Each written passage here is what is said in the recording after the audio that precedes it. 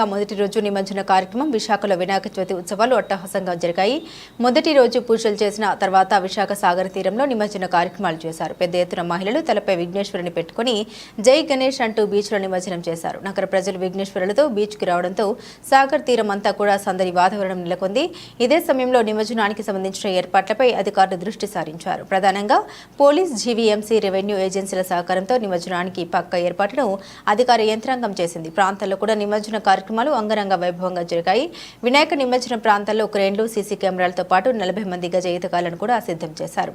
ఎలాంటి అవాంఛనీయ ఘటన జరగకుండా అన్ని సీసీ కెమెరాలను కంట్రోల్ రూమ్ ఏర్పాటు చేసి దానికి అనుసంధానం చేసి అక్కడ పర్యవేక్షణ కోసం ఒక డీఎస్పీ స్థాయి అధికారిని నియమించారు. దీంతో నిరంతరం పర్యవేక్షణలో ఉంటూ అవసరమైన సూచన కంట్రోల్ రూమ్ నుండి ఇచ్చే విధంగా ఏర్పాట్లు జరిగాయి.